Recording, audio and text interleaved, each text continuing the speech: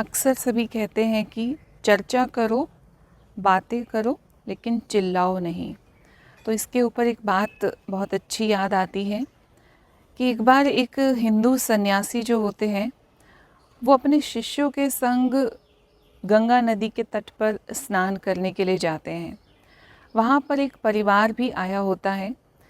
उस परिवार को जब वो देखते हैं तो देखते हैं कुछ देर के बाद वो परिवार वाले आपस में लड़ाई झगड़ा करने लग जाते हैं।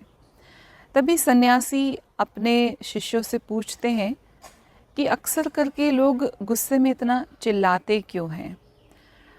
तो उनके सन्यासी उनको जवाब देते हैं कि क्रोध में अक्सर लोग अपनी शांति खो देते हैं, इसलिए वो चिल्लाते हैं।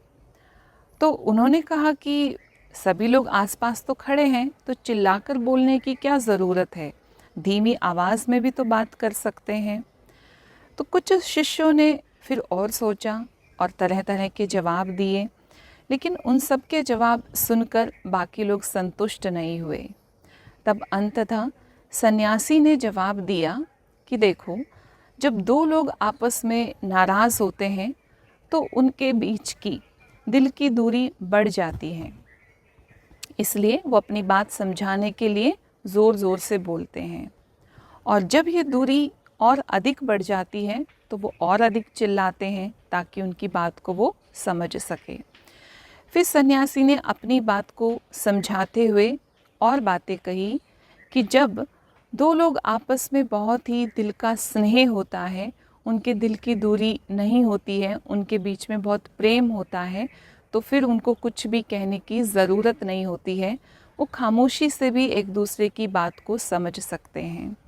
तो कहने का भाव ये है कि हम सभी जब किसी के ऊपर क्रोध करते हैं तो वास्तव में हमारे दिल के बीच में बहुत दूरी आ जाती है, हमारा हृदय उनसे बहुत दूर महसूस करता है।